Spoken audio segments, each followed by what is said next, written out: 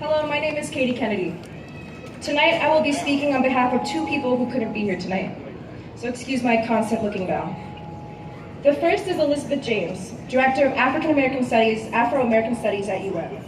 She writes to us, "I send my love to those present, and I want you to know that I'm standing with you as we call on the ancestors to give us strength to battle this continuing war against humanity. Ella Baker once told us, we who believe in freedom cannot rest.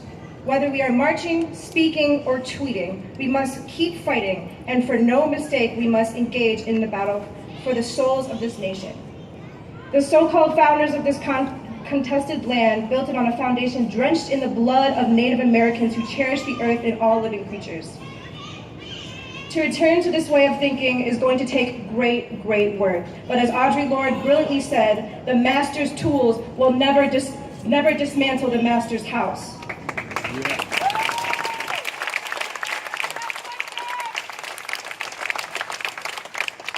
This administration upholds all the greed and list for the power that has founded this nation. So we must create new ways of combating hate that is springing forth like a hydrangea with many heads we must destroy.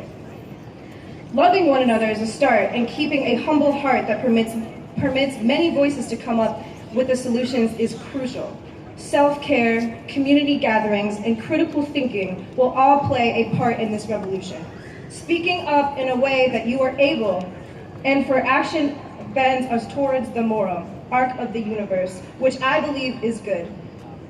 We are better than this, and we can do better. Do not forget to love those who are suffering and in pain, and do not turn on one another, leaving us vulnerable to the evils around us. And yes, I will call for what it is.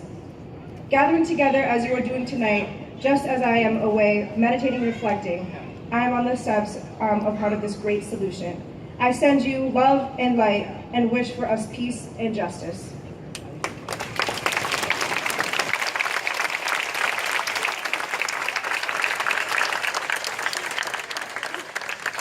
Again, this was said by Elizabeth Ann James of the African American Department at the University of Michigan.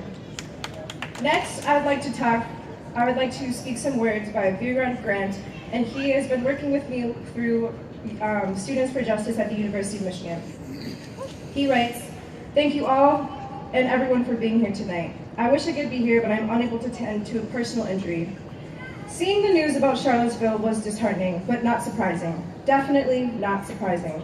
I have grown so used to being able to expect anything from white people that I have no capability and capacity for surprise.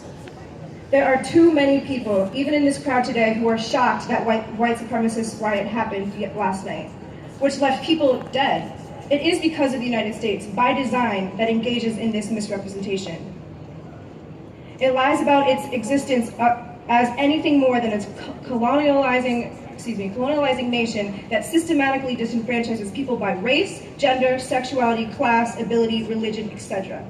For us to believe any different, for us to believe that this would not happen if Trump was president, is a farce and disservice to people who have been fighting for equality since the beginning.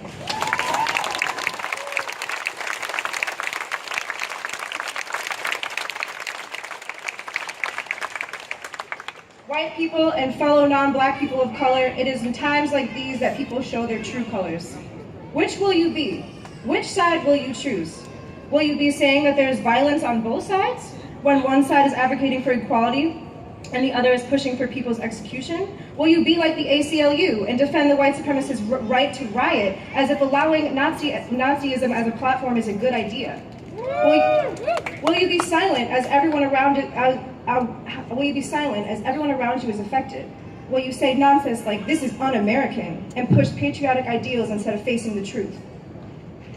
Will you be like the mayor and be complicit in covering up the murder of Aurora Rosser? Or will you be fighting to hold the people in power accountable in our own home community too? Or will you fight back and allow the direction of those who have always been doing so?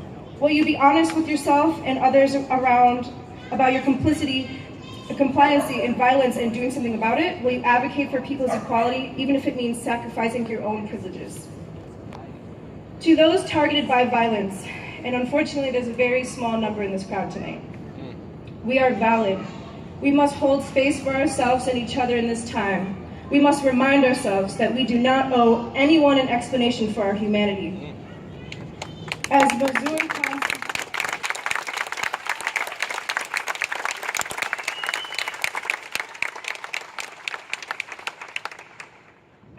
Mansour Khan said, if you need me to prove my humanity, I'm not the one who's not human. Thank you.